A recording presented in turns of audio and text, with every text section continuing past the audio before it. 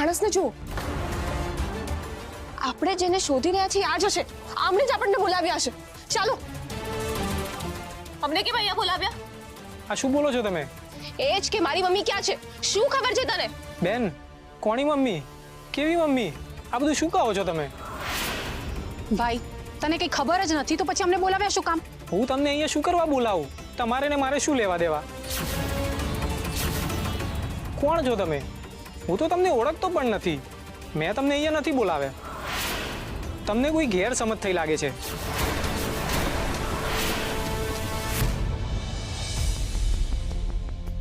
અરે યાર, હા તો નીકળતું જ નથી.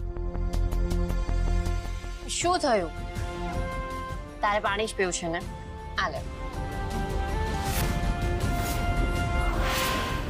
શું થયું?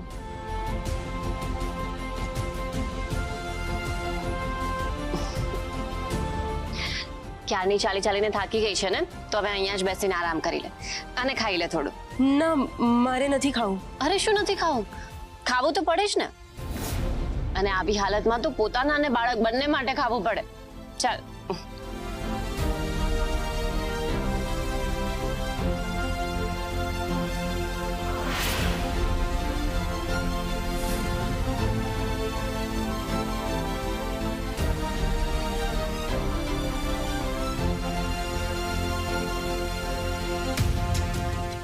તને તો પગમાં સોજા ચડી ગયા છે. લે પકડ, હું દબાવી દઉં. ના ના, તમે મારા પગ ના દબાવશો. કેમ? મને સારું નહીં લાગે.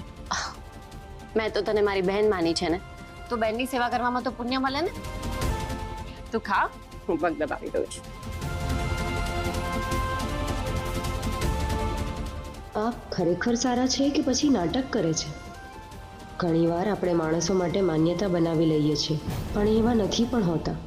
શું મારે એમની સાથે વાત કરવી જોઈએ કે હું મનમાં શું વિચારું છું?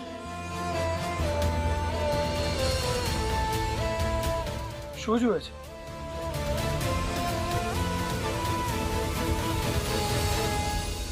જોઈ રહ્યો છું કે બે અધૂરા માણસને એકબીજાને કેવી રીતે પૂરા કરી દીધા. રૂપ અને સરગમ બંનેને કિસ્મતે અધૂરા મૂકી દીધા. તો પણ જો ને, બંને એકબીજામાં ખુશી શોધી જ લીધી.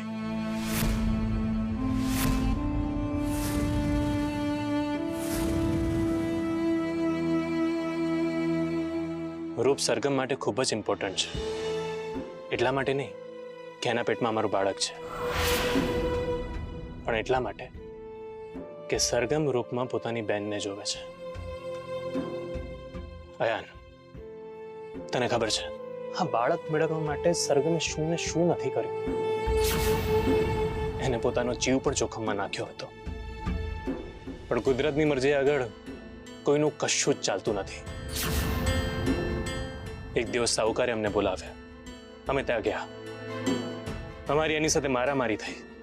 સાહુકારે રૂપના પેટમાં લાત મારી અને પછી ડોક્ટરે કહ્યું કે રૂપ અને બાળક બંનેમાંથી કોઈ એક જ બચી શકે એમ છે.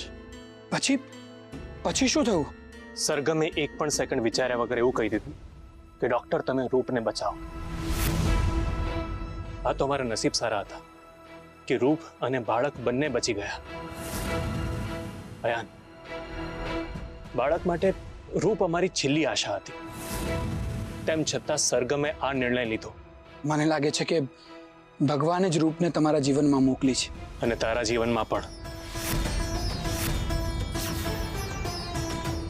આયા, મને ખબર છે કે તારા અને રૂપના લગ્ન વિકટ પરિસ્થિતિમાં થયા છે, પણ તને એ ખબર નથી કે મારા અને સરગમના લગ્ન પણ એક સમાધાન જ હતું. આજે સવારે સરગમે મને ખૂબ સુંદર વાત કહી કે માણસને આપણે ક્યાં મળ્યા છીએ, કેવી રીતે મળ્યા છે, કેવી પરિસ્થિતિમાં મળ્યા છે, એ વધારે ઇમ્પોર્ટન્ટ નથી. એ માણસને મળ્યા પછી આપણે એની સાથે કેવી રીતે રહીએ છીએ ને, એ વધારે ઇમ્પોર્ટન્ટ છે. કોઈ પણ સંબંધને છોડવા માટે આપણી પાસે લાખો કારણો હોય, પણ એ સંબંધને સાચવી રાખવા માટે આપણે એક કારણને શોધવું પડે.